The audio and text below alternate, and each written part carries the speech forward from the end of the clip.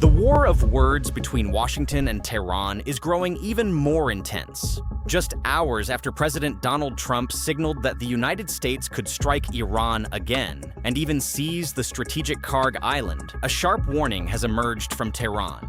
An Iranian lawmaker is declaring that if the United States tries to invade Karg Island, not even a single American soldier will return alive. The warning came from Ebrahim Rezaieh, spokesman for the Iranian parliament's National Security and Foreign Policy Committee. Writing on X, Rezaieh responded directly to Trump. "Come on, we are waiting for you," he wrote. So what provoked that response?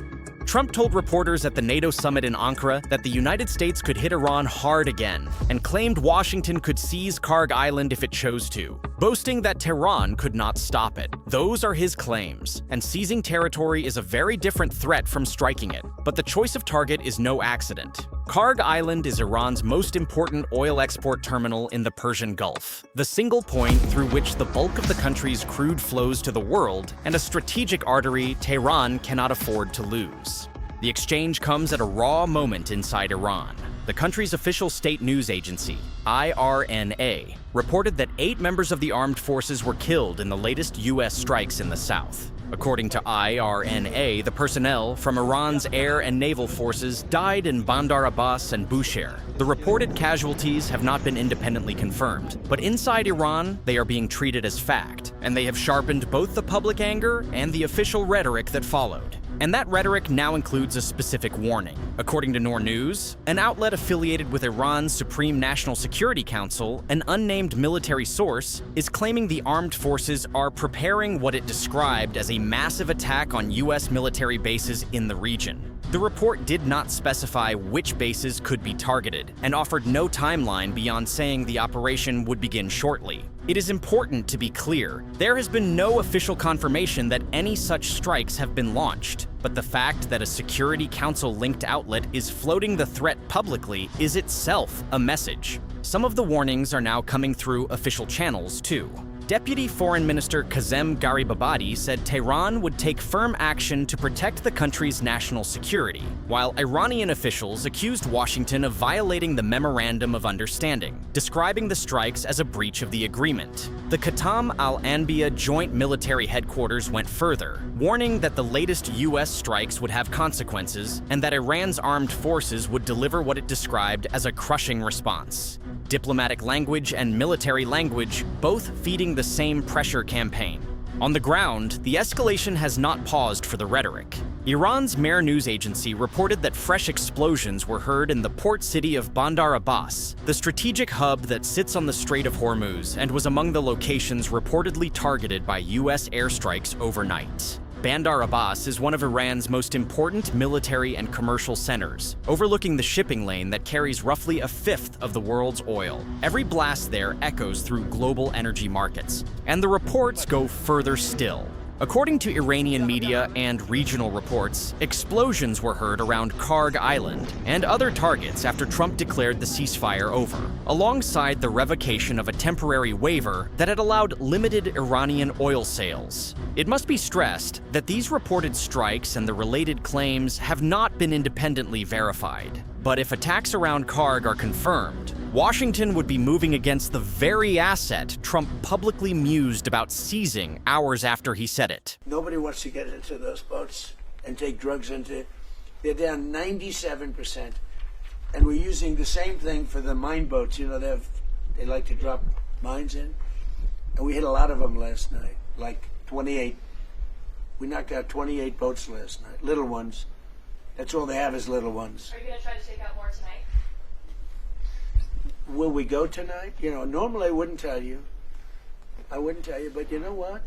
There's not a thing they can do about it. So the answer is probably. President Trump.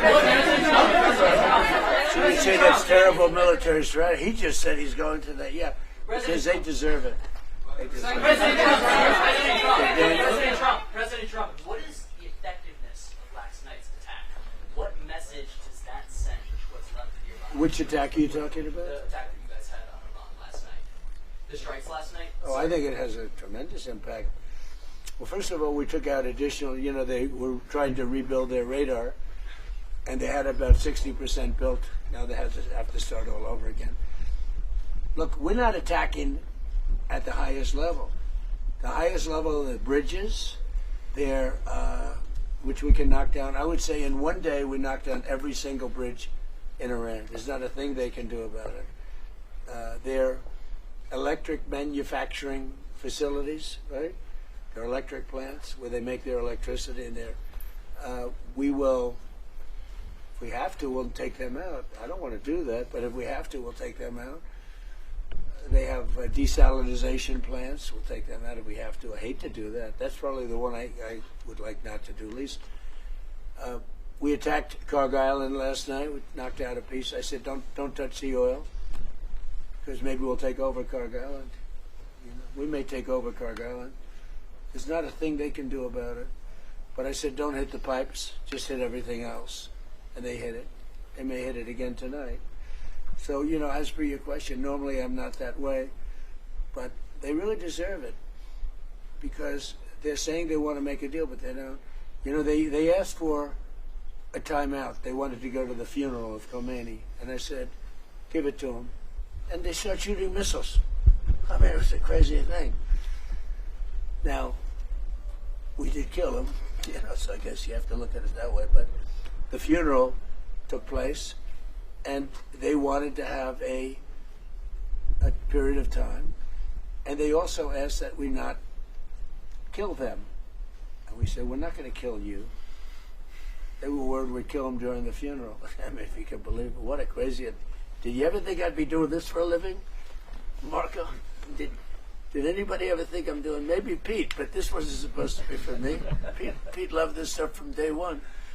But they said to us, please don't kill us during the funeral. I said, I won't.